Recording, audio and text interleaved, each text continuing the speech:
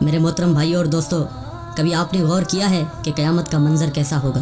وہ قیامت جس کا آنا طے ہے، جس کے آنے کی خبر اللہ کے آخری نبی حضرت محمد صلی اللہ علیہ وسلم دے چکے ہیں۔ کیا آپ نے کبھی غور کیا ہے کہ وہ دن کیسا ہوگا؟ قیامت کی شام کیسی ہوگی؟ آج ہم قرآن و حدیث کی روشنی میں قیامت کا نقشہ کھینچنے کی کوشش کریں گے۔ دعا ہے کہ اللہ ہمیں اس خوفناک دن کی تیاری کرنے کی توفیق دے۔ ایک ایسی ہی عام سی گرم دوپہر ہوگی یا پھر سرد دوپہر ہوگی، پتہ نہیں وہ گرمی کا تپتا ہوا سورج ہوگا یا سردی کا ٹھنڈا کپ کپاتا ہوا سورج ہوگا۔ شام حسب معمول ڈھلے گی اور دن کو الوداع کہے گی۔ دن اور رات حسب معمول یہ کہہ کر جدا ہوں گے کہ کل پھر ملیں گے۔ پرندے گھونسلوں کی طرف حسب دستور لوٹیں گے۔ تاجر اپنی ترتیب پر اپنے گھروں کو لوٹیں گے۔ مائیں بچوں کو گود میں سلا کر بستروں پر دراز ہوں گی۔ تھکے ہارے مزدور اپنے بستروں کو لوٹیں گے۔ بادشاہ اپنے تخت شاہی پر دراز ہوگا۔ وزیر اپنے تخت وزارت پر دراز ہوں گے۔ پولیس والے اپنی چوکیوں پر پہرا دیتے دیتے یہ سوچ کر اونگ رہے ہوں گے کہ کب صبح ہوگی اور میری ڈیوٹی تبدیل ہوگی اور دوسرا حوالدار آ کے ڈیوٹی دے گا۔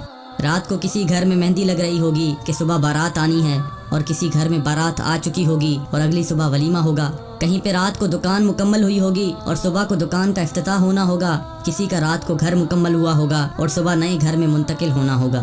یہ ساری حسب معمول کی وہ باتیں ہیں جو آج کے دن بھی کسی نہ کسی جگہ ہو رہی ہوں گی، اور قیامت سے پہلے کی شام بھی بالکل عام سی شام ہوگی۔ ایسی ہی ایک شام آئے گی، ہولے ہولے اور دھیرے دھیرے آئے گی اور پھر سارے عالم پہ چھا جائے گی۔ پھر سورج اسی طرح حسب دستور اپنے چہرے سے نقاب ہٹائے گا اور عالم سے اندھیرے کو جدا کر دے گا۔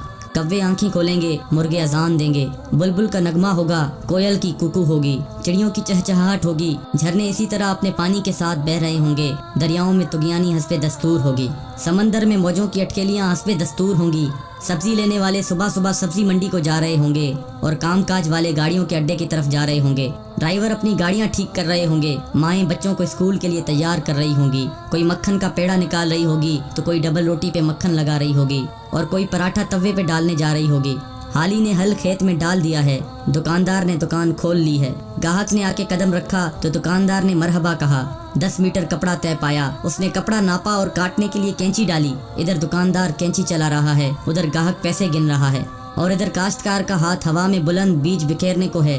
ادھر دلہن کے لیے اس کی بہنیں اور سہیلیاں آئی بیٹھی ہیں، ادھر باراتی آئے بیٹھے ہیں۔ لوگ انتظار کر رہے ہیں کہ کب بارات چلے گی، کب باجا بجے گا اور کب دلہا آئے گا۔ ایسا ہی ایک عام دن ہوگا اور حسب معمول کے کام جاری ہوں گے، حسب دستور دنیاوی معاملات بھی جاری ہوں گے، اور اچانک سے ایک ہیبت ناک آواز آئے گی۔ وہ آواز اتنی خوفناک ہوگی کہ اس آواز کو سن کر دکاندار کے ہاتھ سے کینچی گر جائے گی، گاہک کے ہاتھ سے پیسے گر جائیں گے، کاشتکار کے ہاتھ سے بیج گر جائے گا، دلہن کے گجرے ٹوٹ جائیں گے، مہندیاں گر جائیں گی، دلہن اپنی جان بچا کے بھاگے گی، دولہے کو اپنی بارات اور اپنی دلہن تک یاد نہ ہوگی، لڑکی والوں کو مہندی اور زیورات میں سجی ہوئی اپنی بیٹی یاد نہ ہوگی تو لڑکے والوں کو گھوڑے پہ چڑھتا ہوا دولہا بھول جائے گا، مراسیوں کو اپنے ڈھول بھول جائیں گے، سیاست دانوں کو اپنی سیاست یاد نہ ہوگی، حوالدار کو اپنا پہرا بھول جائے گا۔ وہ خوفناک آواز پورے جہاں کا کلیجہ چیر دے گی۔ انسان کا کلیجہ تو ہے ہی چھوٹا سا، قرآن کے مطابق وہ آواز اتنی ہیبت ناک ہوگی کہ اس آواز کو سن کر زمین و آسمان کے کلیجے پھٹ جائیں گے، پہاڑوں کے بہتے ہوئے چشمے خشک ہو جائیں گے، ماؤں کے ہاتھوں سے وہ نوالے گر جائیں گے جو وہ اپنے بچوں کو کھلا رہی ہوں گی۔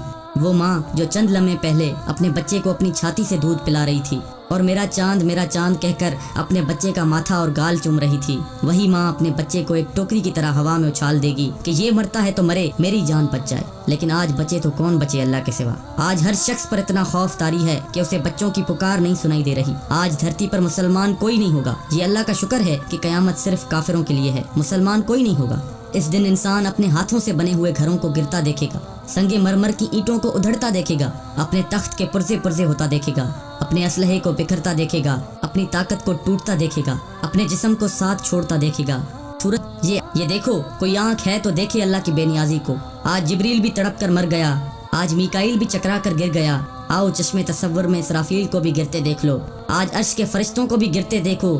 اب ایک عجیب منظر ہے، ایک ہیبت ہے، ایک سناٹا ہے، ایک خوف ہے، ایک جلال ہے۔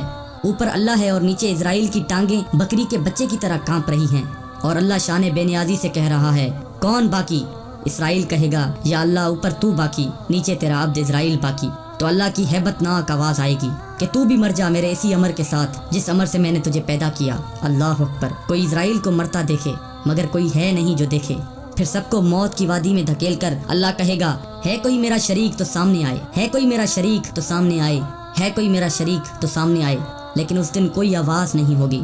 اس دن تنہا اللہ کی ذات باقی ہوگی جو کہ وحدہ لا شریک ہے۔ میرے بھائیوں، یہ ہے وہ دن جس کا آنا طے ہے۔ یہ ہے وہ دن جس کے لیے ہم اس دنیا میں آئے ہیں۔ اس دن کچھ باقی نہ ہوگا۔ اس دن پورا جہاں ٹوٹ چکا ہوگا۔ میرے بھائیوں، اس ٹوٹ جانے والے جہاں سے عبرت لو۔ اللہ کے واسطے اس کا حرص چھوڑ دو۔ اس کے دیوانے نہ بنو۔ اس کے دیوانے کے لیے ذلت کے سوا کچھ بھی نہیں۔ سائے کے پیچھے بھاگنے والے کے لیے دیوار سے ٹکرانے کے علاوہ کچھ نہیں ہوتا۔ ریت پہ پانی تلاش کرنے والے کے لیے سوائے پیاس کے اور کچھ نہیں ہوتا۔ اس کی عزت سے دھوکہ کھانے والے کے لیے سوائے ذلت کے کچھ نہیں ہے۔ اس کی جوانی پر اترانے والے کے لیے بڑھاپے کی خوفناک آہیں ہیں، سسکیاں ہیں۔ اس دن کا انتظار کرو جب بڑھاپا اس کی جوانی کو کھا جائے گا۔ اس دن کا انتظار کرو جب اس کی اولاد بھی کہے گی کہ اماں مرتی ہی نہیں ہے، ابا مرتا ہی نہیں۔ دعا کرو اللہ والد صاحب کے لیے آسانی پیدا کر دے، یعنی دوسرے لفظوں میں موت دے دے۔ جگہ جی لگانے کی دنیا نہیں ہے، یہ عبرت کی جہاں ہے، تماشا نہیں ہے۔ جہاں میں ہے عبرت کے ہر سو نمونے، مگر تجھ کو